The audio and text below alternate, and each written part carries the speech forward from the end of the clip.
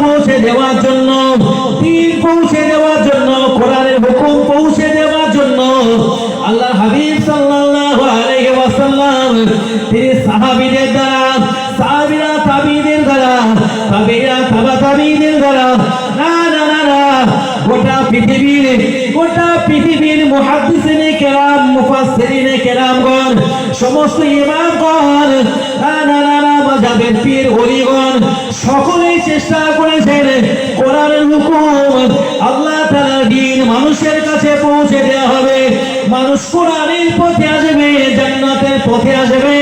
না না না না, এর ভিতর দিয়ে আমাদের দুনিয়াবি কোনো চাহিদা নেই, আমাদের একমাত্র চাহিদা হলো পরকালে আল্লাহ তাআলার জান্নাত।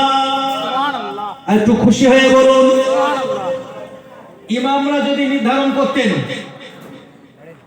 ইমামদের কোরআন এবং হাদিসকে নিয়ে গবেষণা করে আমাদের চলার রাস্তা সহজ করে দেওয়ার জন্য মাসলা মাসাইল নির্বাচন করা, যদি ইমামরা ঠিক করতেন একটা ফতোয়া দেওয়া এত টাকা লাগবে, এই ইসলাম আমাদের কাছে আর পৌঁছাতে বলে মনে হয় পৌঁছাতো না। বর্তমান যেভাবে চলছে সেই দিকে লক্ষ্য করে আমি বলছি, কোরআনের দুটি কথা বলতে গেলে আগে চিন্তা টাকা দেবে কত, নাকি বলেন? কোরআনের দুটি কথা বলতে গেলে আগে চিন্তা কি? টাকা দেবে কত,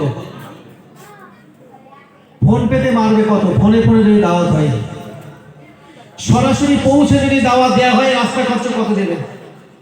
নাকি আগে রাস্তা খরচা ঠিকঠাক করে নিয়ে, ফোন পেতে হলে ফোনে ফোনে দাওয়াত কন্টাক্ট হলে আগে ফোন পেতে 50% টাকা নিয়ে তারপরে হুজুর যাবেন দ্বীন প্রচার করতে। আচ্ছা, এই কি দ্বীন প্রচার করা নাকি কসাইগিরি করা? কথা বলেন একটু। দ্বীন প্রচার করা না কসাইগিরি করা? আলেমের চরিত্রটা এটা হওয়া উচিত নয়। পরের কথা আমি আপনাকে বলবো, আল্লাহ রাসূল সাল্লাল্লাহু আলাইহি ওয়াসাল্লামকে আমার আল্লাহ বললেন, আয় আমার রাসূল, আমি আল্লাহ আপনার উপরে যেটা অবতরণ করেছি, আপনার দায়িত্ব হলো ওটা মানুষের কাছে পৌঁছে দেওয়া। রাসূল আকরাম সাল্লাল্লাহু আলাইহি ওয়াসাল্লাম বললেন, যে ব্যক্তিটা কোরআন শেখে আর যে শিক্ষা দেয়, এরাই তো উম্মতের ভিতরে সবথেকে ভালো। সুবহানাল্লাহ বলুন। তাহলে কোরআন শেখা, অপরকে শেখানো, কোরআনের বাণী মানুষের কাছে পৌঁছে দেওয়া, এই কাজটা করা ভালো কাজ না খারাপ কাজ? যদি এটা করতে কেউ আটকে দেয়, বাধা দেয়, এটা আরো বেশি ভালো। কোরআন শেখা, কোরআন শিক্ষা দেওয়া, রাসূলের কথাই যে কোরআন শেখে এবং যে কোরআন শেখায় সে সবচাইতে ভালো। যারা কোরআন শেখে, যারা কোরআন শেখায়, তারা এই পৃথিবীতে উম্মতের ভিতরে, আল্লাহর বান্দা বান্দির ভিতরে সবচাইতে ভালো। আল্লাহ পাক রব্বুল আলামিন রাসূলকে বললেন, আমি আপনার উপরে যেটা অবতরণ করেছি ওটা আপনি পৌঁছে দিন। যদি আপনি না পৌঁছান তাহলে আপনি আপনার দায়িত্ব পালন করলেন না।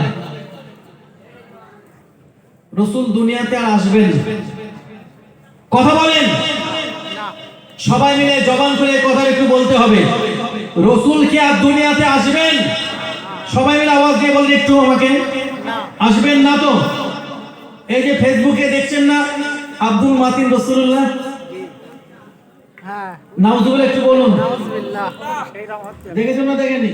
হ্যাঁ, ইব্রাহিম আব্দুল মাতিন রাসূলুল্লাহ না। আব্দুল মাতিন যদি মন থেকে এটা বলে, আব্দুল মাতিন কাফের। যারা রাসূলুল্লাহ বলে বিশ্বাস করবে তারাও কাফের। হয়তো আমরাও দিচ্ছি, নাকি বলেন? ফতোয়া আব্দুল মাতিন সাহেব যদি মন থেকে বলেন যে আমি আব্দুল মাতিন রাসূলুল্লাহ, তাহলে আব্দুল মাতিন কি? কাফের। আর আমরা যদি আব্দুল মাতিনের সমর্থন দেই, আমরাও কাফের। অল ইন্ডিয়া সুন্নাতুল জামাত সংগঠন করি বলে ঈমান বিক্রি করতে আসেনি।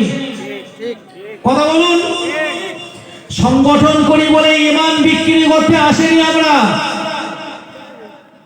আব্দুল মাতিন যদি ঈমান ধ্বংস করার জন্য কোনো কথা বলেন আর নিজে সেই কাজটা করেন, কোনো সময় লাগবে না আব্দুল মাতিনের কাছ থেকে মুখ ঘুরিয়ে নিয়ে আমরা চলে যাব, নাকি নয়? কিন্তু মুফতি আব্দুল মাতিন সাহেব নিজেকে রসুল বলেননি নাকি? আমি আজকে 3-4 দিন ধরে খোঁজার চেষ্টা করছি কিতাবে, এখনো পাইনি, তবে আমি চেষ্টায় আছি। কারণ অল ইন্ডিয়া সুন্নাতুল জামাত সংগঠনের আলেম ওলামারা আল্লাহ শুকরিয়া আদায় করে বলছি, আমরা দায়িত্ব জ্ঞানহীনের মতো কথা বলি না। আলহামদুলিল্লাহ বলুন। আমি খোঁজার চেষ্টা করছি, গোটা পৃথিবীর বাংলা ভাষাভাষী মানুষের কাছে আমার আলোচনা পৌঁছাবে। আমি ছেলে মানুষ, আমার বয়স কম, আমার এলেম কম, বুঝি কম। যদি কারোর কাছে এটা থেকে থাকে আমাকে দিলে আমি আপনাকে অনেক অনেক অনেক থ্যাঙ্কস জানাবো। আমি আপনার কাছে সারা জীবন কৃতজ্ঞ থাকবো। আমি যেটা খুঁজছি সেটা কি, আজ থেকে কয়েক বছর আগে আল্লামা দেলওয়ার হোসেন সাইদি রহমাতুল্লাহি আলাইহি, নাম শুনেছেন না শোনেননি? বাংলাদেশের একজন প্রখ্যাত মুফাসসিরে কোরআন, একজন আলেমে দ্বীন, তিনি বর্তমান পরলোকগত, তাই তো নাকি? আমি আল্লামা দেলওয়ার হোসেন সাইদির ব্যাপারে টানার কোনো বিষয় উল্লেখ করার চেষ্টা করছি না, শুধু বোঝাতে চাইছি আল্লামা দেলওয়ার হোসেন সাইদি হুজুর রহমাতুল্লাহি আলাইহি তিনি তাফসীরুল কোরআন মাহফিল বাংলাদেশে যেভাবে শুরু করেছিলেন, বর্তমান বাংলাদেশে যত বড় বড় মুফাসসির আসুক না কেন, আল্লামা দেলওয়ার হোসেন সাইদির জন্য কেউ নেই।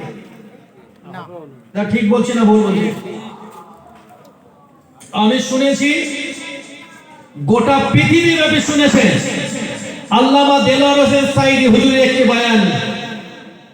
বয়ানটা কি, একসময় গোলাম আহমদ কাদিয়ানি বলে একজন ব্যক্তি নিজেকে নবী দাবি করেছিল। কি নাম? গোলাম আহমদ কাদিয়ানি। গোটা পৃথিবীতে নবী দাবি করার সংখ্যা অনেক। মুসাইলামাতুল কাজ্জাব, তোলাইহা, নারী নবুয়তের দাবিকারী সাজা, আসাদুলসি, এই সমস্ত ব্যক্তিরা তাদের নিজেদেরকে নবী বলে দাবি করেছিল। নাউজুবিল্লাহ বলেন। গোলাম আহমদ কাদিয়ানি বলে একজন ব্যক্তি, সেও নিজেকে নবী বলে দাবি করলো যে আমিও নবী। আল্লামা শাহ আতাউল্লাহ বুখারী রহমাতুল্লাহি আলাইহি, নাম মনে রাখেন, আল্লামা শাহ আতাউল্লাহ বুখারী রহমাতুল্লাহি আলাইহি, তিনি ওই গোলাম আহমদ কাদিয়ানির সঙ্গে সে যে রসুল নয়, সে যে নবী নয়, এটা প্রমাণ করার জন্য একসময় গোলাম আহমদ কাদিয়ানির মুখোমুখি হয়েছিলেন আল্লামা শাহ আতাউল্লাহ বুখারী রহমাতুল্লাহি আলাইহি। দুজনের ভিতরে যখন গোলাম আহমদ কাদিয়ানি যে রসুল নয় এই বিষয়টা প্রকাশ করার জন্য দুজনা মুখোমুখি হলেন, আল্লামা শাহ আতাউল্লাহ বুখারী রহমাতুল্লাহ আলাইহি, এটা কিন্তু আমি বলেছি আপনাদেরকে আগেই, আমার কাছে কেউ প্রমাণ চাইলে আমি দিতে পারবো না, কারণ আমি এখনো কোনো কিতাবে খুঁজে পাইনি। আমি চেষ্টা করছি। গতকালকেও আমি হাসনাবাদে একটা প্রোগ্রামে হাফেজ মাওলানা মুফতি জাহাঙ্গীর হোসেন সাহেবকেও বলেছি যে হুজুর আপনি একটু দেখুন যদি আমাকে এই বিষয়টাতে হেল্প করতে পারেন। আমি প্রচুর আলেম ওলামাদেরকে বলেছি যে এটা আমাকে একটু হেল্প করুন, কোন কিতাব থেকে আমি পাবো। তবে ক্যাসেট বাজছে এখনো পর্যন্ত। কার ক্যাসেট? আল্লামা দেলওয়ার হোসেন সাইদি হুজুরের। আল্লামা দেলওয়ার হোসেন সাইদি হুজুরের ওই ক্যাসেটের ভিতরে এখনো আছে, এখনো খুঁজলে পাওয়া যাবে। শাহ আতাউল্লাহ বুখারী রহমাতুল্লাহ আলাইহি গোলাম আহমদ কাদিয়ানিকে বলেছিলেন, তুমি যে আল্লাহ তাআলা রাসূল কোন যুক্তিতে তুমি বলো? গোলাম আহমদ কাদিয়ানি সেখানে বলেছিল, ঈসা আলাইহিস সালামের একটি কওল উল্লেখ করে যে ঈসা আলাইহিস সালাম বলেছেন আমার পরে আর একজন নবী আসবেন, তার নাম হবে আহমদ। তার নাম কি হবে? সবাই মিলে বলেন কি নাম হবে? আহমদ। তো আমার নাম হচ্ছে গোলাম আহমদ। আমার নাম কি? গোলাম আহমদ। আমি আল্লামা দেলাওয়ার হোসেন সাইদি হুজুরের কথাটা নকল করে বলছি, এটা আমার কথা নয়। গোলাম আহমদ কাদেরী কি বলেছিল? আমার নাম গোলাম আহমদ, আমি আমার নামের প্রথম অংশ গোলাম বাদ দিয়ে আমি থাকি শুধুমাত্র আহমদ। আর ঈসা আলাইহিস সালাম বলে গেছেন আমার পরে যিনি নবী হবেন তিনি আহমদ। তাই আমি আমার নামের প্রথম অংশ গোলাম বাদ দিয়ে শুধু আহমদ থেকেছি, আর শুধু আহমদ থেকে আমি গোলাম আহমদ কাদিয়ানী বলছি আমি একজন রাসূল, আমি একজন নবী। নাউজুবিল্লাহ বলেন, সবাই মিলে নাউজুবিল্লাহ বলেন। এবং সে নিজেই নিজেকে নবী হিসাবে প্রচার করত, এবং সে একজন নবী এই বিশ্বাস অর্জন করানোর জন্য মানুষের দ্বারে দ্বারে সে পৌঁছাতো। নাউজুবিল্লাহ বলেন। আল্লাহ তাআলা নবী বললেন কুনতু আউয়ালাল আমবিয়াই ফিল খালকি ওয়া আখিরাহুম ফিল বা'থি। ওয়া নবী মুহাম্মদ রাসূলুল্লাহ সাল্লাল্লাহু আলাইহি ওয়াসাল্লাম আমার আল্লাহ পাকের নবী বললেন ও আমার সাহাবীরা, আমার উম্মাতেরা, আমি দয়ার হাবিব মুহাম্মদ রাসূলুল্লাহ সাল্লাল্লাহু আলাইহি ওয়াসাল্লাম আমি তোমাদেরকে জানিয়ে দিলাম, আমার উম্মাতেরা, আমার সাহাবীরা, তোমরা মনে রেখে দাও কুনতু আউয়ালাল আমবিয়াই ফিল খালকি ওয়া আখিরাকুম ফিল বা'থি। না না না না, আমি আখিরি জামানার পয়গম্বর নবী মুহাম্মদ রাসূলুল্লাহ সাল্লাল্লাহু আলাইহি ওয়াসাল্লাম আমি আমার আল্লাহ পাকের কাছে নবী হিসাবে সবার আগে সৃষ্টি হয়েছি।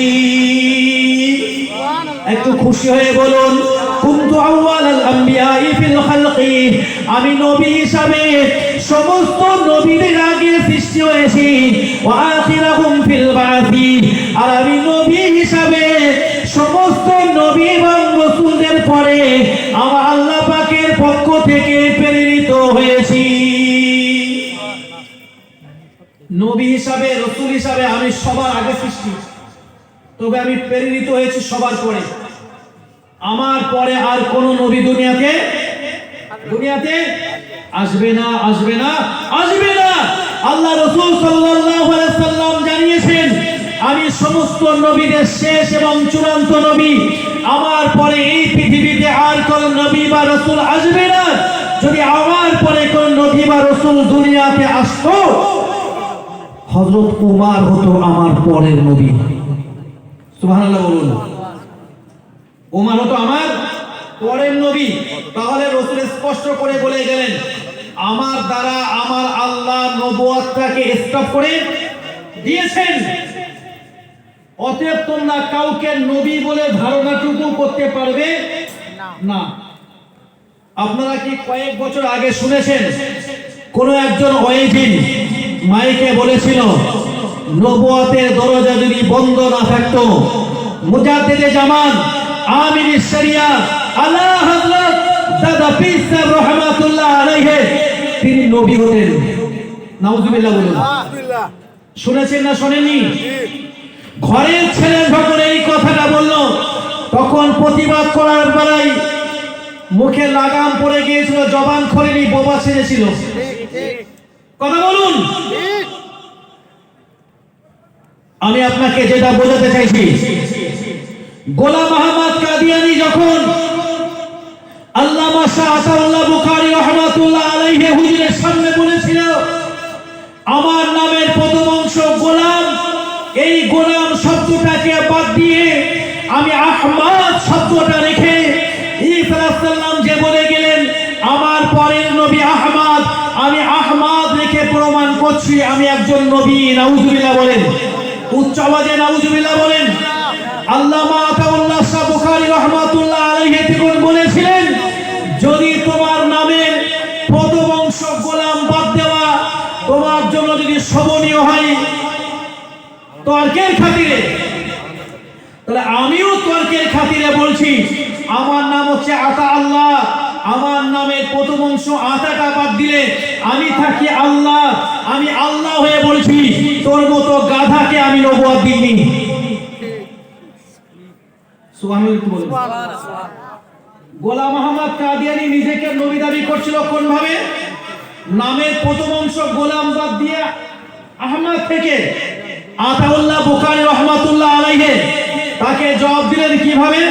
তর্কের খাতিরে বলছি, এটা বিশ্বক নয়, এটা হক নয়, এটা সত্য নয়, তর্কের খাতিরে বলছি নামের প্রথম অংশ গোলাম ছেড়ে দিয়ে যদি আহমদ সেজে তুমি নিজেকে নবী বলো, আমিও আমার ওই তর্কের খাতিরে নামের প্রথম অংশ আতা বাদ দিয়ে আল্লাহ থেকে বলছি তোর মতো এরকম গাধাকে আমি নবুয়ত দেইনি।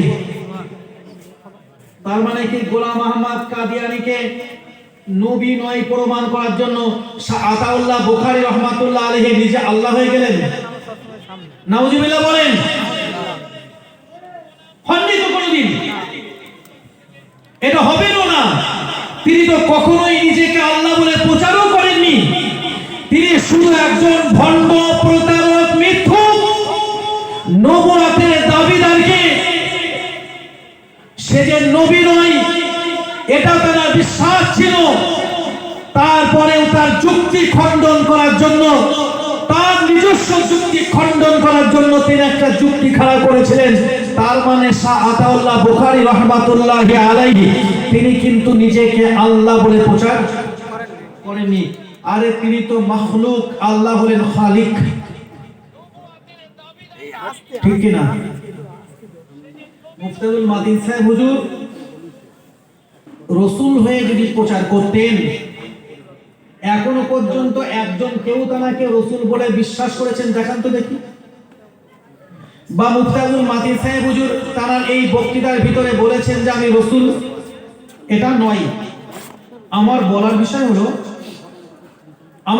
বিষয় হলো যদিও মুফতাহুল মাদিন সাহেব হুজুরের জন্য আমি বলবো যে ফিতনার যুগে কিছু কিছু শব্দ নির্বাচন করা থেকে দূরে থাকতে হবে, নাকি বলেন? ফিতনার যুগে কিছু কিছু শব্দ নির্বাচন করার ক্ষেত্রে সতর্কতা অবলম্বন করতে হবে, কারণ ফিতনা চলছে কেমন? একটা বড় কথা কেটে ছেটে একটুখানি রেখে সেটাকে প্রচার দেওয়া হচ্ছে, নাকি নয়? কিন্তু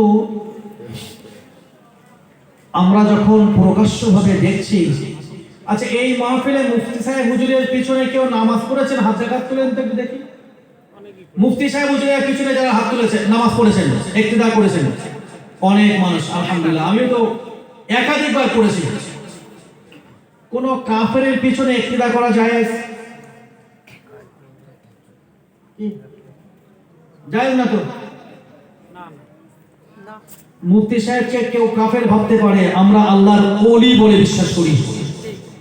সুবহানাল্লাহ বলুন। মুফতি সাহেব হুজুরকে কেউ গালি দিতে পারে, আমরা আমাদের মুর্শিদ কেবলা হিসাবে বিশ্বাস করি।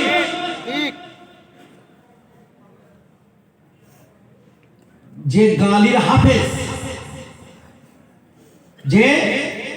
গালির হাফেজ সে যদি মুফতি সাহেবকে কোনো কথা বলে, ওগুলো আমাদের কিচ্ছু আসে যায় না, নাকি?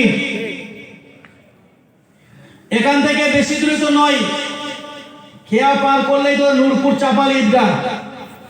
মুফতি রজব আলী সাহেব হুজুরের পিছনে ওখানে ঈদগাহে বড় জামাতে নামাজ আদায় করেছেন অসংখ্য মানুষ। এখানে বহু মানুষ রজব আলী সাহেব হুজুরের পিছনে নামাজ আদায় করেছেন, নাকি নয়? তিনি একটি মাদ্রাসার, বুখারী জামাত পর্যন্ত উন্নীত একটি মাদ্রাসার সুযোগ্য ডাইরেক্টর,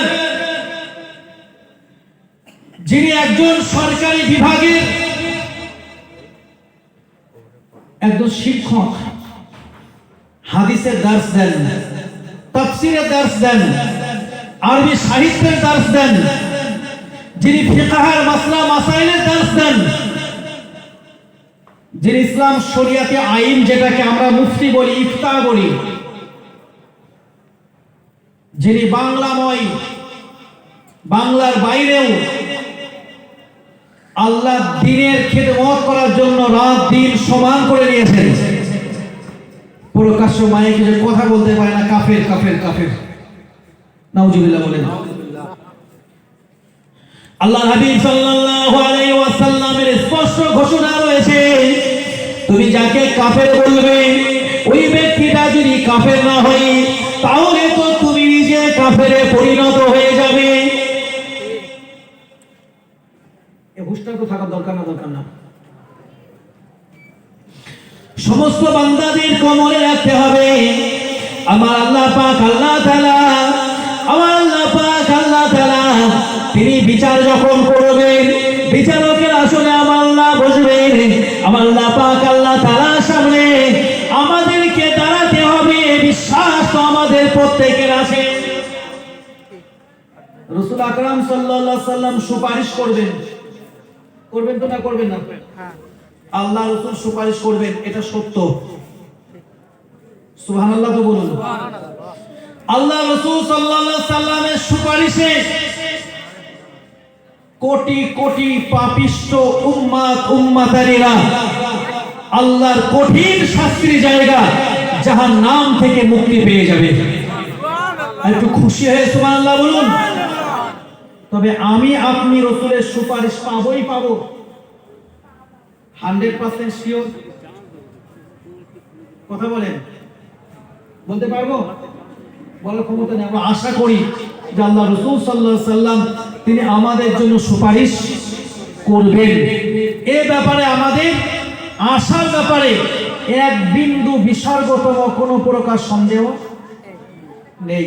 তবে আমি যে পাবো রাসূলের সুপারিশ, এটা আমি শিওর হয়ে বলতে পারবো না। তবে রাসূলের সুপারিশে কোটি কোটি মানুষ, পাপিষ্ঠ মানুষ, জাহান্নামে যাওয়ার উপযুক্ত মানুষ আল্লাহর দয়ার জান্নাত প্রাপ্ত হবেন রাসূলের সুপারিশে, এটা আমরা বিশ্বাস করি। আল্লাহু আকবার। আজকে জামিয়া রহমানিয়াকে নিয়ে একজন হুজুরকে বলতে শুনছিলাম, এই জামপুর হানাফিয়া মাদ্রাসার জামিয়া শাখা তো নাকি? যদি না হতো এটা আমি বলতাম না। বিশ্বাস করুন, আমি আমাদের প্রতিষ্ঠানের কোনো স্টেজ ছাড়া আমি খুব একটা কিছু বলি না। আর আমি শুধু ওই কথাগুলোই বলার চেষ্টা করি। আমি তো অন্ধের মতো বলতে পারতাম যে মাতি সাহেব হুজুরের ব্যাপারে এই কথাগুলো কেন বলছেন। আমি এটাও কিন্তু বলেছি যে ফিতনার যুগে মুফতি আব্দুল মাতিন সাহেব হুজুরের সতর্কতা অবলম্বন করতে হবে শব্দ নির্বাচন করার ক্ষেত্রে। কি বলুন? তার মানে কি আমি মুফতি আব্দুল মাতিন সাহেব হুজুর যা বলেছেন সেটা আমি মেনে নিয়ে জিন্দাবাদ দিয়ে গেছি? নিশ্চয়ই নয়। যখন মানুষ কম বুঝবেন সেই সময়টা, এখন তো ফিতনা চলছে না? ফিতনার যুগ চলছে। আজকে একজন ওয়েজিনকে বলতে শুনলাম, জামিয়া রহমানিয়া ওয়াহাবিদের মাদ্রাসা। নাউজুবিল্লাহ একটু বলবেন? কাদের? ওয়াহাবিদের। আর ওই জামিয়া রহমানিয়া তৈরি পীর বিরোধী করার জন্য, পীরতন্ত্রের বিরোধী করার জন্য। তা জামিয়া রহমানিয়া যদি পীর মুরিদির বিরোধিতা করার জন্য তৈরি হতো, তাহলে জামিয়া রহমানিয়ার প্রতিষ্ঠাতা এবং সুযোগ্য ডাইরেক্টর মুফতি আব্দুল কাইয়ুম সাহেব হুজুর দামাত বারকাতুহুল আলী বারাকাল্লাহু ফি হায়াতিহি ওয়া ইলমিহি ওয়া আমালিহি, তাহলে কি হুজুর আমাদের মুর্শিদ কেবলা হতে পারতেন? না। ওখানে যদি পীর বিরোধী কাজ চলতো তাহলে আমাদের সেরেতাজ মুফতি সাহেব হুজুর তিনি কি আমাদের মুর্শিদ হতেন? মুর্শিদ তো যাদের কাছে বায়াত গ্রহণ করা হবে, যাদের কাছ থেকে তালিম নেওয়া হবে, ইলমে মারিফাত, ইলমে শরিয়াত, সব বিষয়গুলো তো তিনি তো আমাদের মুর্শিদ। আলহামদুলিল্লাহ বলেন। আমি মাঝে মাঝে খুব দুঃখ পাই, জামিয়া রহমানিয়াকে প্রতি বছরেই শতাধিক আলেমে দ্বীন ইসলামের খিদমত করার জন্য বার হচ্ছেন। তারা সবাই ইসলামের খেদমত করবে, দাদা পীর সাহেব রহমাতুল্লাহ আলাইহির সিলসিলার খেদমত করবে, অথচ আমরা এই প্রতিষ্ঠানটার বিরোধিতা করতে এক বিন্দু পরিমাণ পিছপা নই। শুধু টাকার বিনিময়ে দিন প্রচার করা। জামিয়া রহমানিয়ার বিরোধিতা করার কারণ কি জানেন? আজকেই সম্ভবত আমার এই জামপুর মাদ্রাসায় দাওয়াতের জন্য ফোন করেছিলেন ভাই তরিকুল ইসলাম। তো ভাই তরিকুল ইসলাম সাহেবকে আজকেই কথা হচ্ছিল, কোন একটা ব্যাপারে হাদিয়া নজরানার কথা উঠেছে। তাই না ভাই, আপনারা খরচাপাতি করে যা হাদিয়া দেন তার চাইতে আমি আমার গ্রামে হাদিয়া বেশি করি, অত খরচা হয় না। তবে শুনুন, পয়সাটা বড় জিনিস নয়, ভালোবাসা দিয়ে আপনারা ডাক দেন, মহব্বত দিয়ে, প্রেম দিয়ে, ভালোবাসা দিয়ে ডাক দেন, ভালোবাসা নিয়েই আমরা যাই, এটাই অনেক বড় পাওনা। এই জামপুর বুড়ি পুকুর এই এলাকায় কি আলেম ওলামা নেই? মাদ্রাসায় হুজুরা নেই? আমার চাইতে তো ভালো কথা বলতে পারেন, আলহামদুলিল্লাহ। তারপরেও আমাকে যে দুটো কথা বলতে দিন, ভালোবেসেই তো। এই ভালোবাসাটা টাকা দিয়ে হবে না, এই ভালোবাসাটা টাকা দিয়ে মিলবে না।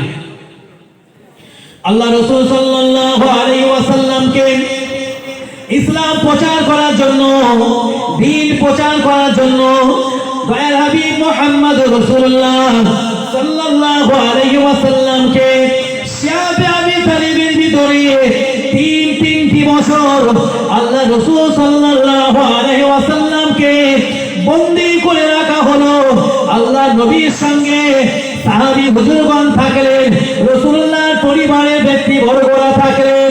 তিনটি বছর দ্বীনের জন্য, ইসলামের জন্য, কোরআনের জন্য, মানুষকে জাহান্নাম থেকে বাঁচানোর জন্য, জান্নাতের রাস্তা দেখানোর জন্য আখিরি জামানার পয়গম্বর নবী মুহাম্মদ রাসূলুল্লাহ সাল্লাল্লাহু আলাইহি ওয়াসাল্লামকে শিয়াবে আবি তালিবের ভিতরে তিনটি বছর বন্দী দশা কাটাতে হলো।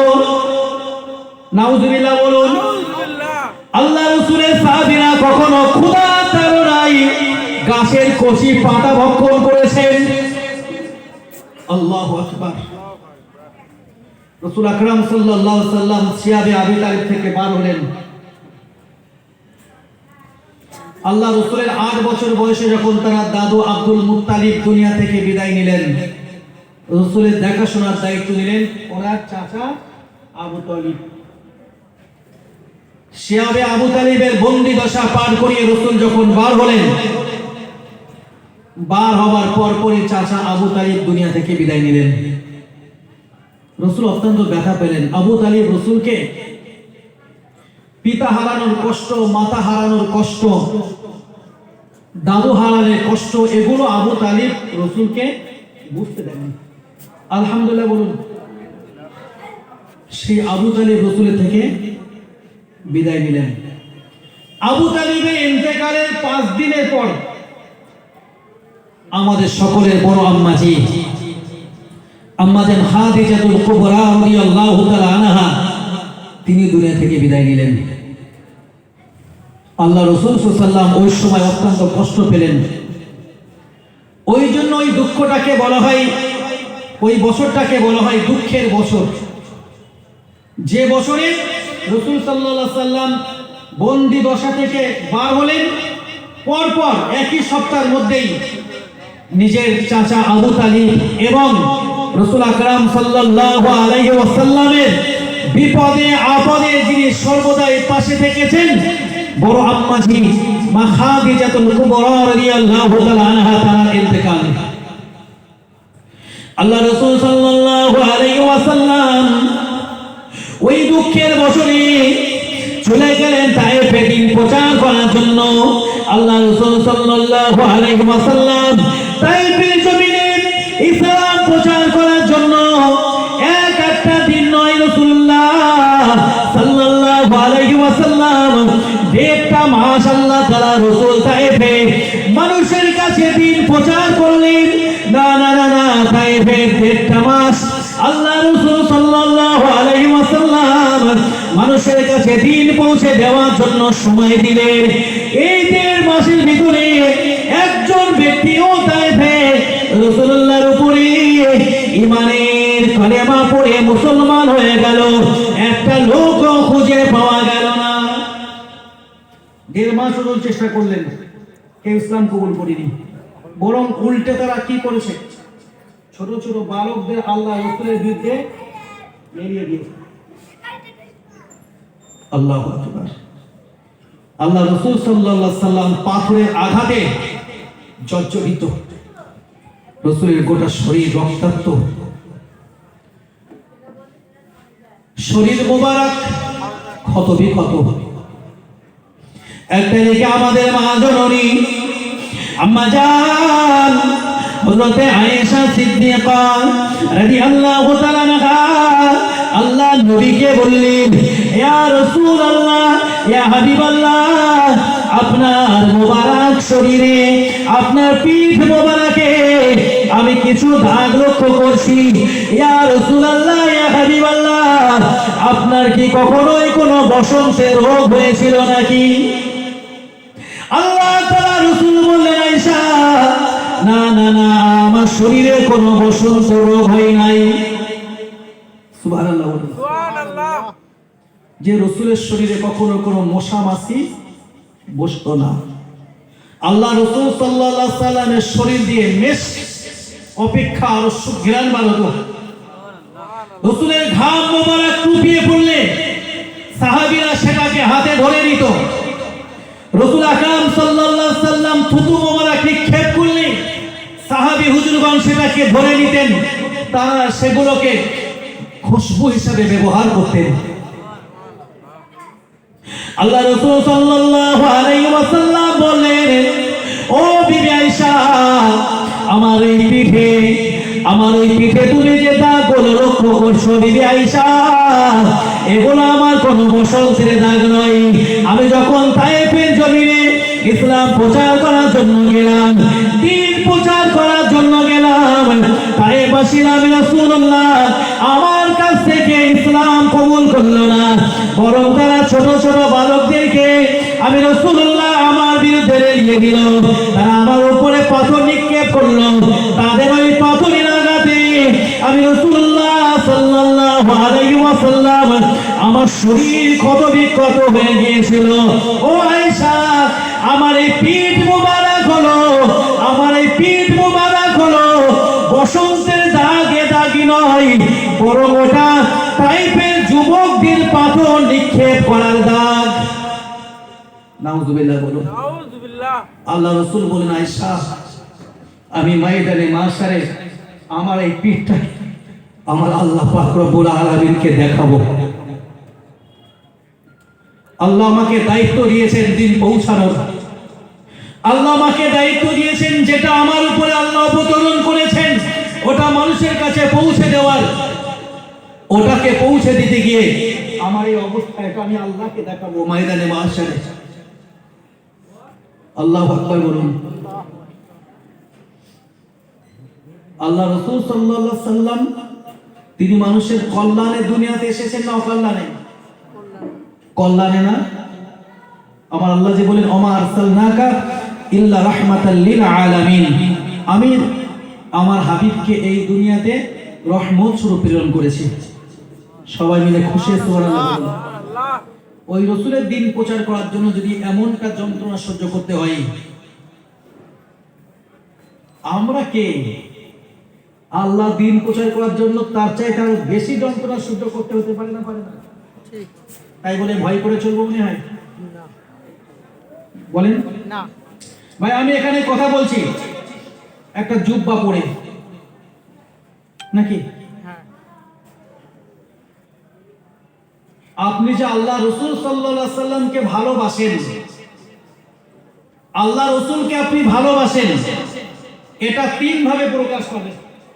কত ভাবে? তিন ভাবে। একটা মাধ্যম, আপনার জবানে বেশি বেশি রাসূল আকরাম সাল্লাল্লাহু আলাইহি ওয়াসাল্লামের দরুদ শরীফ পাঠ হবে। খুশি হয়ে সুবহানাল্লাহ বলুন। যত বেশি আপনি আল্লাহ রাসূল সাল্লাল্লাহু আলাইহি সাল্লামের উপরে দরুদ পড়তে পারবেন, তত বেশি আপনি রসুলকে ভালোবাসছেন, এটা প্রমাণ হবে। 2 নাম্বার, এ দিল দিয়ে আল্লাহ রসুল সাল্লাল্লাহু আলাইহি ওয়াসাল্লামের ভালোবাসা দেখানো। মাল, সামান, সন্তান, সন্ততি, পরিবার, পরিজন, বাবা, মা, এমনকি নিজের জীবন অপেক্ষা। যখন আপনি বাবা, মা, ভাই বোন, সন্তান, সন্ততি, আত্মীয়, পরিবার, পরিজন, মাল, সামান, এমনকি নিজের জীবন অপেক্ষা দিল থেকে, অন্তর থেকে আল্লাহ রাসূল সাল্লাল্লাহু আলাইহি ওয়াসাল্লামকে বেশি ভালোবাসা দেখাতে পারবেন, আপনি বুঝবেন আল্লাহ রাসূল সাল্লাল্লাহু আলাইহি ওয়াসাল্লামের ভালোবাসা দেখানোর মাধ্যমে 2 নম্বর আমি পূরণ করতে পারছি। 3 নম্বর, আপনার এই শরীর দিয়ে আল্লাহ রাসূল সাল্লাল্লাহু আলাইহি ওয়াসাল্লামের ভালোবাসা প্রকাশ করানো। সেটা কি? এই যে পোশাকগুলো পরতে হবে, সুন্নতি পোশাক। কোরআনের ভিতরে আমার আল্লাহ বলেন, খুযু সিনাতাকুম ইনদা কুল্লি মসজিদ। প্রত্যেক মসজিদে, এখানে মসজিদ মানে নামাজের সময়, প্রত্যেক সিজদার জায়গায় সিজদার সময় তোমরা সুন্দর সুন্দর পোশাক পরবে। কেমন পোশাক? সুন্দর। এই সুন্দর পোশাক মানে একেবারে বেল বক্স প্যান্ট বিরাট দামি তা না। এই সুন্দর পোশাক মানে টি শার্ট পরে দামি টি শার্ট পরা, এটা না। সুন্দর পোশাক মানে যেটা হবে লিবাসুস সালিহিন, আল্লাহওয়ালাদের পোশাক, যেটা হবে লিবাসুত তাকওয়া, আল্লাহ ভীরুতার পোশাক, যে পোশাকের ভিতরে আল্লাহ রাসূল সাল্লাল্লাহু আলাইহি ওয়াসাল্লামের সুন্নাত খুঁজে পাওয়া যাবে। যখন আমার মাথায় থাকবে সুন্নাত অনুযায়ী টুপি, পরনে থাকবে সুন্নাত অনুযায়ী পোশাক, তখন বোঝা যাবে আমি রাসূল আকরাম সাল্লাল্লাহু আলাইহি ওয়াসাল্লামকে ভালোবাসা দেখাতে পারলাম। 1, আমার জবানে বেশি বেশি দরুদ পাঠ করা। 2, অন্তর দিয়ে সবকিছুর চাইতে রাসূল আকরাম সাল্লাল্লাহু আলাইহি ওয়াসাল্লামকে ভালোবাসা দেখানো। 3 নাম্বার, আমার পোশাক পরিচ্ছদের ভিতরে রাসূল আকরাম সাল্লাল্লাহু আলাইহি ওয়াসাল্লামের সুন্নাত খুঁজে পাওয়া যায়। এখন যদি কেউ সুন্নাত দেখাতে গিয়ে সলুকা পড়ে, কি পড়ে? সলুকা। তাহলে আমার ওটাই ধরে নিতে হবে, হুজুর যখন পড়েছে, ওটা পড়ে যখন স্টেজে ওঠে, তাহলে ওটাই সুন্নাতে সলুকা। ওটা সুন্নাতে রাসূল পর্যন্ত যাবে না। এখানে অনেক মানুষ সাক্ষী আছেন, পানিগোবরা বড় হাফেজ সাহেব হুজুর, হাফেজ আব্দুল আজিজ সাহেব হুজুর, পানিগোবরা বড় হাফেজ সাহেব হুজুর, কবি আব্দুল নঈম সাহেব হুজুরকে যারা সচক্ষে দেখেছেন, তারাও সলুকা পড়তেন। মাগার গেঞ্জির পরিবর্তে সলুকা গুলো পিরানের ভিতরে, নাকি নয়? আর আমরা সলুকা পড়ে বেড়াচ্ছি উপরে। তার কাছ থেকে ধর্ম শিখতে হয় নাকি? বসিরহাটের বড় মাওলানা আল্লামা রুহুল আমিন রাহমাতুল্লাহ আলাইহি হুজুর লিখেছেন, দাড়ি রাখা সুন্নাত, তবে 1 মুষ্টি রাখা ফরজ। দাড়ি রাখা এটা রাসূলের সুন্নাত, তবে 1 মুষ্টি রাখা কি? ফরজ। 1 মুষ্টি মানে এই হাত দিয়ে ধরতে হবে, ধরে এই যে সামনে যেন বেরিয়ে থাকে, আরো ঝুলে থাকে নাকি, এটা হচ্ছে দাড়ি রাখা সুন্নাত। 1 মুষ্টি রাখা কি? ফরজ। তাই 1 মুষ্টির নিচে দাড়ি রাখা হারাম, ফরজের উল্টো তো হারামই হবে নাকি? এখন যদি হুজুর কাঁচি দিয়ে এদিক সেদিক করে ছেটে ছুটে না নিয়ে মেশিন চালায়, তা না কেউ আমার হুজুর বলে মানতে হবে? কথা বলে না, মানতে হবে নাকি? কেন মানতে হবে? যেহেতু বংশীয় সার্টিফিকেট তো আছে, ইসলাম তো আছে না, নেই? এখানে হাফেজ সাহেব হুজুর আছেন, বলতে পারবেন। আমার রব্বুল আলামিন আল্লাহ তাআলা বলেন, ইয়া আইয়ুহান নাস, হে মানব সম্প্রদায়, ইন্না খালাকনাকুম মিন যাকারি ওয়া উনসা, আমি আল্লাহ পাক আল্লাহ তাআলা তোমাদেরকে সৃষ্টি করেছি, আমি আল্লাহ পাক আল্লাহ তাআলা তোমাদেরকে সৃষ্টি করেছি এক নারী আর এক পুরুষ থেকে। সুম্মা জাআলনাকুম শুউবান ওয়া কাবাইলা, তারপরে আমি আল্লাহ তোমাদের বিভিন্ন জাতি এবং উপজাতিতে, তোমাদের বিভিন্ন গোত্র আর উপগোত্রে আমি আল্লাহ তাআলা এই জন্য বিভক্ত করে দিয়ে দিয়েছি লিতাআরাফু, যেন তোমরা একজন আরেকজনের পরিচিতি হতে পারো, পরস্পর পরস্পরের পরিচিতি হওয়ার জন্য।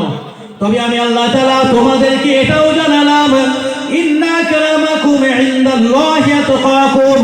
না না না না, আমি আল্লাহ পাক আল্লাহ তাআলা যদিও তোমাদেরকে এক নারী থেকে আর এক পুরুষ থেকে সৃষ্টি করেছি, আমি আল্লাহ পাক আল্লাহ তাআলা তোমাদের বিভিন্ন জাতি এবং উপজাতিতে তোমাদের বিভিন্ন গোত্র আর উপগোত্রে বিভক্ত করেছি।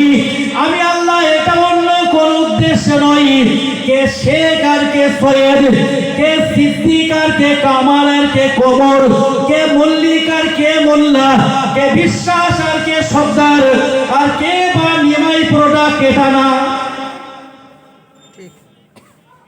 তোমরা পরস্পর পরস্পরের চেনো, বুঝতে পারো সেই জন্য। তবে কে শেখ কে সৈয়দ, কে মল্লিক কে বিশ্বাস, কে দফাদার কে মোল্লা, কে মন্ডল, কে বিশ্বাস, আমি আল্লাহ এটা বুঝি না, আমি আল্লাহ এটা বুঝি না। সৈয়দ বংশের মর্যাদার জন্য হাদিস শরীফের ভিতরে আমরা যেটা পাই, আল্লাহ রাসূল সাল্লাল্লাহু আলাইহি সাল্লামের বংশীয় মানুষ যারা, তারা কোনো যাকাত ফিতরা নিতে পারবে না, এটা বংশীয় মর্যাদার জন্য। তবে আমার আল্লাহ বলেন, ইন্না আকরামাকুম ইনদাল্লাহি আতকাকুম, আমার আল্লাহ তাআলার কাছে তারাই সবথেকে প্রিয় যারা বেশি খোদা ভীরু, যারা বেশি কি, সবাই মিলে বলেন কি, খোদা ভীরু। যার কাছে খোদার ভয় আছে সে আল্লাহর প্রিয়, আল্লাহ তাকে সম্মান দেবেন। তবে পরের কথা একটি বলবো, রাসূল আকরাম সাল্লাল্লাহু আলাইহি সাল্লাম মানুষের কাছে হেদায়েতের বাণী শুনিয়েছেন। হেদায়েতের বাণী শোনানোর জন্য আল্লাহ রাসূল সাল্লাল্লাহু আলাইহি সাল্লাম কোনো ত্রুটি করেননি। হেদায়েত কি সবার কপালে জুটেছে? সবার কপালে জুটেছে? জোটেনি।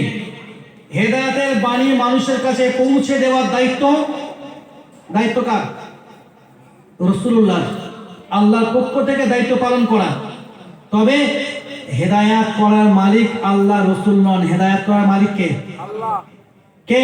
আল্লাহ। আমার আল্লাহ। সবাই মিলে বলেন কে? আল্লাহ। আমার আল্লাহ। রাসূলের দায়িত্ব মানুষের কাছে হেদায়েতের বাণী পৌঁছে দেওয়া।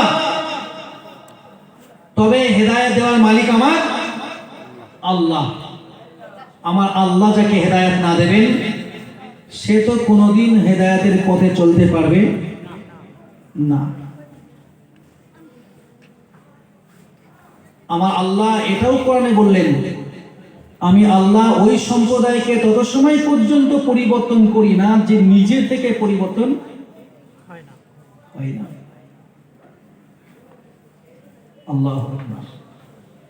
এই পৃথিবীতে এমন একজন আল্লাহর ওলি বান্দা ছিলেন যাকে খোলাফায়ে রাশিদিনদের মধ্যে থেকে গণ্য নয়, তবে তাকে ইসলামের পঞ্চম খলিফা বলা হয়। তিনি হলেন হযরত উমর ইবনে আব্দুল আজিজ। কে? উমর ইবনে আব্দুল আজিজ রাহমাতুল্লাহ আলাইহি। তিনি বললেন, ওই তিন শ্রেণীর ব্যক্তি আমার আল্লাহ তাআলার কাছে অত্যন্ত পছন্দনীয়। যার ওই ব্যক্তিটা আমার আল্লাহ তাআলার কাছে পছন্দনীয় যার ভিতরে বিশেষ তিনটে গুণ থাকবে। কটা গুণ? আমার আল্লাহর পছন্দনীয় ওই ব্যক্তিটা যার ভিতরে বিশেষ তিনটি গুণ থাকবে। তার মধ্যে একটা গুণ, যার প্রতিশোধ নেওয়ার মতো ক্ষমতা থাকলেও ক্ষমা করে দেবে। সুবহানাল্লাহ একটু বলা যাবে? যার প্রতিশোধ নেওয়ার মতো ক্ষমতা থাকলেও আল্লাহর রাস্তায় কি করবে? ক্ষমা করে দেবে।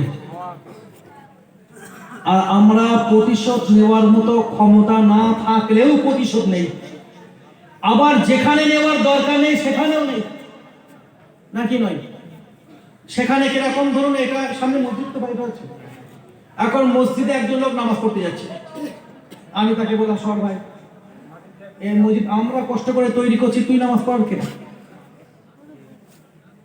এই মসজিদ তৈরি করেছে আমরা আমাদের জন্য, তুই এখানে নামাজ পড়ার কে? আছে না নেই?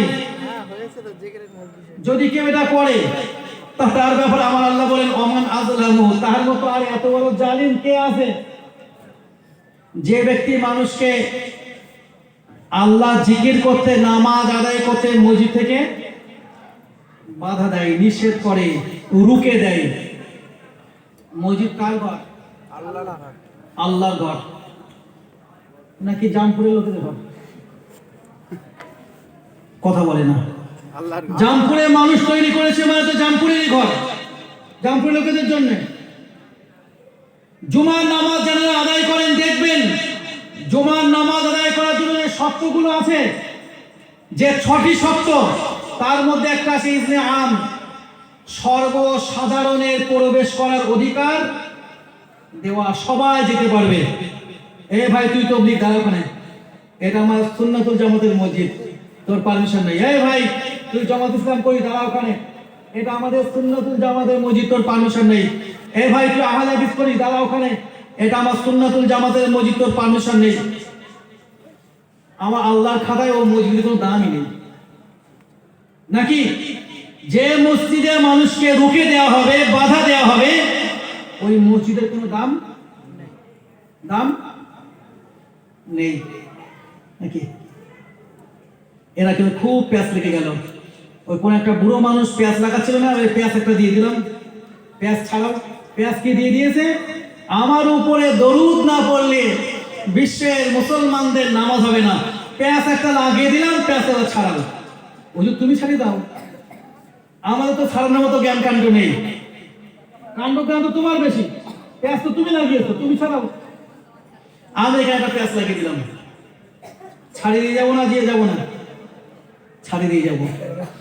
ও মসজিদের দাম অবশ্যই আল্লাহর খাতায় আছে, তবে আপনারা হলেন জালিম শ্রেণীর অন্তর্ভুক্ত। কোন শ্রেণী? জালিম শ্রেণীর। আর যে ব্যক্তি জালিম হয়, ওই ব্যক্তির পক্ষ থেকে যারা জুলুমের শিকার হয় তারা হচ্ছে মাজলুম। তারা কি? মাজলুম। আল্লাহ পাক রব্বুল আলামিন হাবিব বললেন সালাসাতুল মুস্তাজাবু দাওয়া, ওয়া হাবিব মুহাম্মদ রাসূলুল্লাহ সাল্লাল্লাহু আলাইহি ওয়াসাল্লাম আমার আল্লাহ পাকের নবী বললেন, ও আমার সাহাবীরা মনে রেখে দাও, আমি দয়ার হাবিব মুহাম্মদ রাসূলুল্লাহ সাল্লাল্লাহু আলাইহি ওয়াসাল্লাম আমি তোমাদিগকে জানিয়ে দিলাম, ও আমার সাহাবীরা মনে রেখে দাও, 3 শ্রেণীর ব্যক্তি হলো আল্লাহ তাআলার কাছে মুস্তাজাবু দাওয়া, যাদের দোয়া আমার আল্লাহ কোনদিন ফেরত দেন না। সুবহানাল্লাহ বলুন। ওই 3 শ্রেণীর ব্যক্তি যখন আমার রব্বুল আলামিন আল্লাহ তাআলার কাছে দোয়া চাই, আমার আল্লাহ পাক আল্লাহ তাআলা ওই 3 শ্রেণীর ব্যক্তির দোয়া কোনদিন ফেরত দেন না। কয় শ্রেণী? 3 শ্রেণী। তারা মুস্তাজাবু দাওয়া, যাদের দোয়া আমার আল্লাহ কবুল করেন, দোয়া করলেই কবুল। একজন হচ্ছে মাজলুম ব্যক্তি। কোন ব্যক্তি? মাজলুম মানে যার উপরে জুলুম করা হয়, যার উপরে জুলুম করা হয়। এখন যদি XYZ যে কারো বাবা মা সব বৈধভাবে থাকার পরেও কেউ তাকে বেজন্মা বলে, তার উপরে জুলুম হবে না? হবে না? হবে। এখন যদি কারোর ঈমান থাকা অবস্থায় মানুষ তাকে ইমাম নির্বাচন করে, তার পিছনে ইক্তেদা করে নামাজ আদায় করেন, আল্লাহ রাসূল সাল্লাল্লাহু আলাইহি ওয়াসাল্লাম হাদিস শরীফের ভিতরে জানিয়েছেন, ইন্নামা জুইলাল ইমামু লিউতাম্মা বি, ইমাম নির্বাচন করা হয় ইমামের অনুসরণ করার জন্য। ইমাম কাউকে নির্বাচন করা হলো, আমি যদি তাকে কাফের বলি, তার উপরে জুলুম হলো না? হলো না? হবে। আমি আর বিস্তারিত বলছি না, এগুলো যদি আমরা বলি তাহলে আমি হব জালেম, যার উপরে এমনটা করাবে সে হবে মাজলুম। আর মাজলুম যদি তার মুখ ফুটে একটা দোয়া চাই, ওই দোয়াটা আল্লাহর দরবারে গ্রহণযোগ্য হয়ে যাবে। সুবহানাল্লাহ বলুন। 2 নম্বরে রাসূল সাল্লাল্লাহু আলাইহি ওয়াসাল্লাম বলছেন মুসাফির ব্যক্তির দোয়া। কারা? মুসাফির, যারা বাড়ি থেকে 48 মাইল রাস্তা অতিক্রম করে যারা চলে গেল, তাদের জন্য 4 রাকাত বিশিষ্ট ফরজ নামাজের 4 রাকাতই নিয়াত করে 2 রাকাত পড়তে হবে। হানাফি মাযহাবে ওই নামাজটা পড়া ফরজ, যেটাকে কসর নামাজ বলা হয়। 4 রাকাত বিশিষ্ট নামাজে 4 রাকাতে নিয়ত করে 2 রাকাত করে সালাম ফেরাতে হবে। নামাজ কম করা, সংকীর্ণ করা, কসর করা। ওই মুসাফির ব্যক্তির জন্য আমার আল্লাহ এত বড় মর্যাদা দিয়েছেন, তারা দোয়া আল্লাহ ফেরত দেন না। 3 নাম্বার আল্লাহ তাআলা রাসূল বললেন, বাবা মা যদি তার সন্তানের জন্য দোয়া করেন, এই দোয়াটাও আমার আল্লাহ ফেরত দেন না। আমরা যদি কারোর প্রতি অত্যাচার করতে যাই, জুলুম করতে যাই, এই জুলুম অত্যাচার যা করব, এগুলো সব এই পৃথিবীতে মিটে যাবে তো নাকি? এই পৃথিবীতে মিটে যাবে তো নাকি? যাদের চিন্তা পৃথিবী সব, তাদের চিন্তা পৃথিবীতেই মিটে যাবে, ময়দানে মহাশালা নিয়ে যাওয়া লাগবে না। আর আমরা বিশ্বাস করি এই পৃথিবীটা সব নয়, ময়দানে মহাশালে নিয়ে যাওয়া লাগবে। আমার আল্লাহ পাক রব্বুল আলামিন হাবিবের প্রিয়তম সাহাবা হযরত ওমর ফারুক রাদিয়াল্লাহু তাআলা আনহু, আর একজন সাহাবা হযরত আবু হুরায়রা রাদিয়াল্লাহু তাআলা আনহু, আর সঙ্গে আরেকজন সাহাবী ছিলেন। তিনজন সাহাবা দয়ার হাবিব মুহাম্মদ রাসূলুল্লাহ সাল্লাল্লাহু আলাইহি ওয়াসাল্লামের কাছে এসে বললেন, ইয়া রাসূলুল্লাহ, ইয়া হাবিবাল্লাহ, প্রকৃত আলিম কোন বান্দাটা? আমার আল্লাহ পাকের হাবিব বললেন, ও আমার সাহাবীরা, মনে রেখে দাও, ওই ব্যক্তিটা প্রকৃত আলিম, যে বান্দাটা হলো বুদ্ধিমান। যে বুদ্ধিমান সে প্রকৃত আলিম। আল্লাহ নবী সাহাবীরা জিজ্ঞাসা করলেন, ইয়া রাসূলুল্লাহ, ইয়া হাবিবাল্লাহ, কোন ব্যক্তিটা আবিদ? দয়ার হাবিব মুহাম্মদ রাসূলুল্লাহ সাল্লাল্লাহু আলাইহি ওয়াসাল্লাম আমার আল্লাহ পাকের নবী বললেন, ও আমার সাহাবীরা, মনে রেখে দাও, তোমরা আমাকে জিজ্ঞাসা করলে আবিদ বান্দাটাকে। আমি দয়ার হাবিব মুহাম্মদ রাসূলুল্লাহ সাল্লাল্লাহু আলাইহি ওয়াসাল্লাম বলছি, যে বান্দাটা বুদ্ধিমান, ওই বান্দাটা হলো প্রকৃত আবিদ। তাহলে আলিমকে রাসূল বলেন যে বুদ্ধিমান, হুজুর আবিদকে রাসূল বললেন যে বুদ্ধিমান। ইয়া রাসূলুল্লাহ, সবচেয়ে জ্ঞানী ব্যক্তিকে রাসূল বললেন যে বুদ্ধিমান। সাহাবীরা বলেন, ইয়া রাসূলুল্লাহ,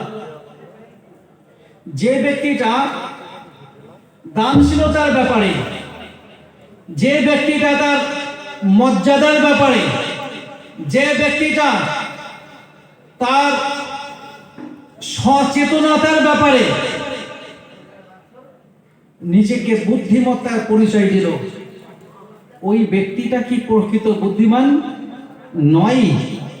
আল্লাহ রাসূল সাল্লাল্লাহু আলাইহি ওয়াসাল্লাম সঙ্গে সঙ্গে কোরআনে একটা আয়াত শুনিয়ে দিয়ে বললেন, এগুলো তো তার দুনিয়াবি বিষয়, পরিচিত আমার আল্লাহ তাআলার কাছে গ্রহণযোগ্য হলো মানুষের ভিতরে কি পরিমাণ খোদা ভীরুতা রয়েছে। একটু খুশি হয়ে সুবহানাল্লাহ বলুন। আল্লাহর ভয় কি পরিমাণ আছে, এটাই তো আমার আল্লাহ পাক আল্লাহ তাআলা দেখতে চান।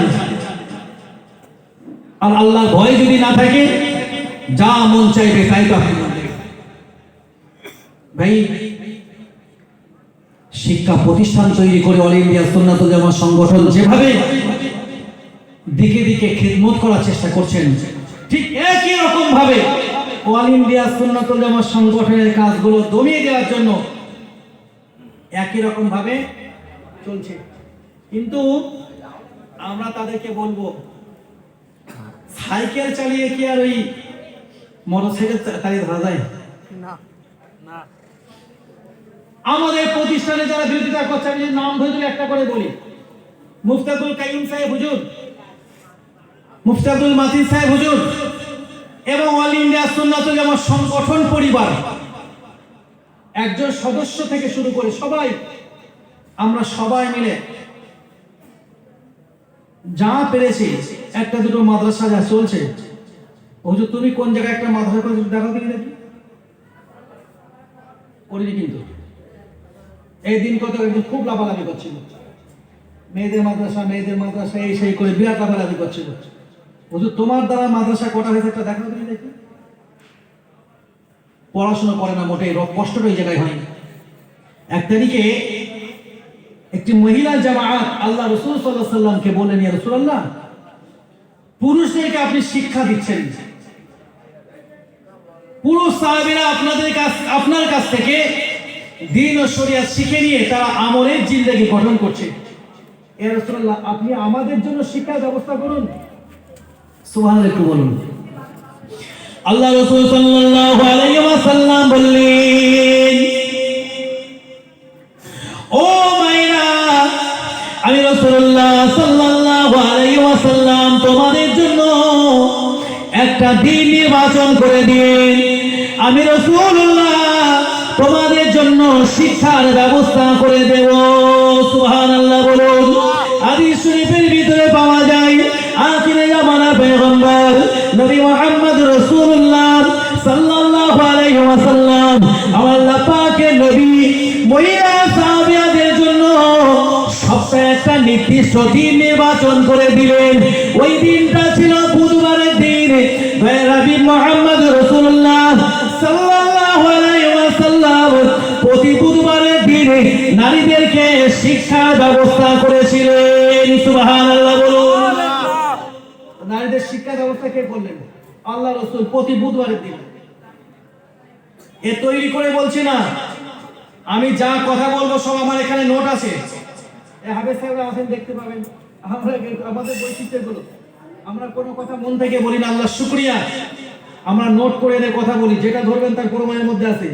যে প্রমাণটা দিতে পারবো না সেটা আগে বলে দিয়েছি। আল্লামা দেওয়ার হোসেন সাইদুল সাহেবের ক্যাসেট থেকে বলে দিয়েছি, ও প্রমাণটাও দিয়ে বলেছি, আপনি খোঁজে পেয়ে যাবেন। বুঝে গেল?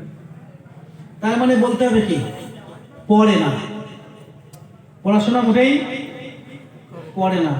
যদিও একটাতে পড়ে, সেটা হচ্ছে দুনিয়া কামাই করার জন্য, পরকালে চিন্তা নিয়ে নয়, পরকালে চিন্তা নিয়ে নয়। আমি দাবি করছি, বয়স হয়েছে অনেক বক্তার, আবার কারো বয়স না হলেও বয়স্ক সাজার চেষ্টা করেছে। সে কিভাবে বয়স্ক সাজা যায় সেটা সবাই জানে, নাকি নয়? আল্লাহ রাসূল সাল্লাল্লাহু আলাইহি ওয়াসাল্লাম একটি হাদিস শরীফে জানিয়েছেন, আদাবানি রব্বি ফাহসানা তাদিবি। সুবহানাল্লাহ বলুন। সুবহানাল্লাহ। আল্লাহ রাসূল বলেন, আদাবানি রব্বি ফাহসানা তাদিবি, আমার আল্লাহ আমাকে উত্তম আদব শিক্ষা দিয়েছেন। সুবহানাল্লাহ বলুন। তাই আমি গোটা পৃথিবীর সবচাইতে বড় আদবী, একবার জোরে বলুন সুবহানাল্লাহ। সুবহানাল্লাহ। ভাই, আমি যদি মঞ্চে বসে এরকম ঠ্যাং দুলে দুলে কথা বলি, আপনি আমার বেয়াদব বলবেন না আদবী বলবেন? লাইভ একজনের দেখা গেল সংগঠনের বিরোধিতা করতে করতে একেবারে ঠ্যাং দুলিয়ে দুলিয়ে এদিক সেদিক করে করে, আমি আজও পর্যন্ত দেখিনি কোনোদিন জলসা শুরুতে একটা কোরআনের আয়াত পড়তে, কোনোদিন একটা হাদিস পড়তে। এরা অবশ্যই বলছেন নিতা পড়বে কোথায়? হ্যাঁ, আছে সব কেতাবে। কোরআনে আয়াত কোরআনে, হুজুরের সেনায় আসেনি। হাদিসের এবারাত হাদিসে, হুজুরের কাছে আসেনি। হুজুরের কাছে যেটা এসেছে সেটা হচ্ছে এর গীবত, ওর গীবত, এর কথা শোনা, তার কথা শোনা, এই চলছে বলেই। এখনো সময় আছে, সতর্ক হয়ে যান। ভয় দেখাচ্ছি না, সতর্ক হতে বলছে। এই জন্য প্রত্যেকটা কাজের হিসাব আমার আল্লাহ তাআলার কাছে দেওয়া লাগবে, নাকি লাগবে না? প্রত্যেকটা কাজের হিসাব, কথার হিসাব আমার আল্লাহ তাআলার কাছে দেওয়া লাগবে। যদি বিশ্বাস করেন আল্লাহর উপরে, যদি বিশ্বাস করেন পরকালের উপরে, যদি বিশ্বাস করেন কবরের শাস্তির ব্যাপারে, তাহলে তো এখনো সময় আছে সতর্কতা অবলম্বন করার। সতর্ক করছে, বাবা বাবা ঈমান বাঁচাও, ঈমান বাঁচাও বাবা, সব খাই করে দেবে, সব নষ্ট করে দেবে, সব ধ্বংস করে দেবে। ওই ওয়াহাবি ওয়াহাবি মাদ্রাসা, সব ওয়াহাবি চলছে বাবা, যেওনি যেওনি। ও নিমাই কোম্পানি কাফের ছিল, কাফেরই আছে, কাফের ছিল, কাফেরই আছে। নাউজুবিল্লাহ, একটু বলেন। কাফের ছিল, কাফেরই আছে, নাকি? হুজুর কাফের ছিল, কাফেরই আছে বলতে গিয়ে আপনার ঈমানটা কোথায় যাচ্ছে সেটা জানতে হবে না? আমার তো মনে হয় এখন এখন এই মুহূর্তে উচিত মুজাদ্দিদে জামানের সিলসিলার নষ্ট না করার জন্য, সিলসিলার ব্যাপারে মানুষের বাজে মন্তব্য না করার জন্য এই সমস্ত হুজুরদের ধরে পাগলা গাড়িতে ভর্তি করা। বয়স হয়ে গেছে, এখন শীতটি ঠিক নেই, উল্টো পাল্লা কি কোথায় বকছে, এর দ্বারা সিলসিলার ক্ষতি হচ্ছে। তাও একটা কথা, বয়সের ভার শুধু নয়, আরো অনেক কারণ আছে। আমি বলছি নিরপেক্ষতার জায়গায় দাঁড়িয়ে জানি। আমি সময় মনে অত্যন্ত নিয়ে ফেলছি, একটা কথা বলি, এটা একটু আপনাদের বলা দরকার আছে। আমি এই কথাটি অনেক জায়গায় বলেছি, তারপরেও বলছি। পরিপূর্ণ হাদিসের ইবারত তুলে আমি বলছি না, কারণ সহিহ বুখারীর ওই হাদিসটা বলতে গেলে কয়েক ঘন্টা দরকার। শুধু এতটুকু আপনাদেরকে বলবো, ওই হাদিসের ভিতর থেকে মূল অংশটুকুই। আল্লাহ রাসূল সাল্লাল্লাহু আলাইহি সাল্লামের বিবি, স্ত্রী আমাদের কি হন? সবাই মিলে বলেন, আমাদের কি হন? আমাদের আম্মা জান, ঠিক না বলেন? রাসূলের স্ত্রীগণ আমাদের ঈমানদারদের জন্য, বিশ্বাসীদের জন্য মা। আল্লাহ রাসূল সাল্লাল্লাহু আলাইহি সাল্লামের বিবি আম্মা জান আয়েশা সিদ্দিকা রাদিয়াল্লাহু তাআলা আনহা, আল্লাহ রাসূল ইন্তেকালের মুহূর্তে রাসূল আকরাম সাল্লাল্লাহু আলাইহি সাল্লামের এই মাথা মোবারক ছিল, কেউ বলেছেন উরুতে, কেউ বলেছেন রাসূল আকরাম সাল্লামের মাথা মোবারক ছিল আম্মা জান আয়েশা রাদিয়াল্লাহু তাআলা এই হাড়টার উপরে। তো আম্মা জান আয়েশা রাদিয়াল্লাহু তাআলা আনহা সহিহ বুখারীর ভিতর থেকে হাদিসটি শোনাচ্ছি। তিনি বলেন, আল্লাহ রাসূল সাল্লাল্লাহু আলাইহি সাল্লাম যখন কোন সফরে যেতেন, তো রাসূল নিজের স্ত্রীদের মাঝে লটারির ব্যবস্থা করতেন। যার নাম আসতো রাসূল তাকে নিজের সঙ্গী বানাতেন। সুবহানাল্লাহ বলুন। আল্লাহ রাসূল একটি যুদ্ধে যাবেন, একটি সফরে বার হবেন, বিবিদের মাঝে একটা লটারি করলেন। আমি আয়েশা, আমার নাম উঠে এলো সেখানে। সুবহানাল্লাহ বলুন। আমি আল্লাহ রাসূলের সঙ্গে সফরে বার হলাম। সফর শেষ করে আল্লাহ রাসূল সাল্লাল্লাহু আলাইহি ওয়াসাল্লাম সাহাবী হুজুরদের সঙ্গে নিয়ে যখন মদিনা অভিমুখে রওনা দিলেন, গো ব্যাক করছেন, আমাদের চলার অবস্থা ছিল, ফিরে আসার ধরনটা ছিল, আমরা দিনের বেলা চলতাম আর রাতের বেলা তাঁবু কাটতাম। রাত্রে আমরা তাঁবুতে থাকতাম, সকাল হলে আমরা আবার চলতাম। আমরা যেদিনে শেষ দিন, যেদিনে আমরা মদিনার কাছাকাছি চলে এলাম, রাত্রে আমরা তাঁবুতে আসি। আল্লাহ রাসূল সাল্লাল্লাহু আলাইহি ওয়াসাল্লাম ঘোষণা দিলেন, আমরা এই রাতের বেলায় এই তাঁবু ছেড়ে এই জায়গা থেকে চলে যাব, আমরা মদিনার দিকে চলে যাব। আমাদের আয়েশা বলেন, রাসূল আকরাম সাল্লাল্লাহু আলাইহি ওয়াসাল্লাম যখন এই ঘোষণাটা দিলেন, আমি সঙ্গে সঙ্গে আমার প্রয়োজন সারার জন্য আমি চলে গেলাম, তাঁবু ছেড়ে একটু দূরে গেলাম আমার প্রয়োজন পূরণ করার জন্য। প্রয়োজন পূরণ করে যখন আমি ফিরলাম, হঠাৎ আমার গলায় হাত পড়লো। আমি দেখলাম আমার গলায় একটা চেন ছিল, একটা হার ছিল, হারটা কোথায় পড়ে গেছে। মায়েরা গহনার প্রতি আকর্ষণ মায়েদের কতটা বেশি না নাকি? অনেক বেশি। কিছু কিছু জিনিস আছে দেখবেন, 10,000 টাকা চলে গেলে অত কষ্ট নেই, একটা নাকের একটুখানি গহনা হারিয়ে গেলে বিরাট কষ্ট। এক প্লেট গোশত কাউকে দিলেন, এক প্লেট, তো এই এক প্লেট গোশত কাউকে দিলেন, 200 গ্রাম গোশত হতে পারে, রান্নাবাড়ি করে দেখাচ্ছে 50 টাকা দাম। এটা কারো কলিজায় আঘাত হবে না। এদের যদি দুটো কারো ডিম কেটে দেয় একটু ছাড়ি ছাড়ি, আল্লাহ দুটো ডিম দিয়েছ। এই কিছু কিছু জিনিস তো আকর্ষণ আছে। আমি এই যে বিষয়টা বলছিলাম তার শেষ অংশে বলছি। আমাদের আয়েশা বলেন, আমি আমার হার যখন খুঁজে এলাম, তখন দেখলাম আল্লাহ রাসূল সাল্লাল্লাহু আলাইহি সাল্লাম সাহাবীদেরকে নিয়ে ওই জায়গা ত্যাগ করে চলে গেছেন।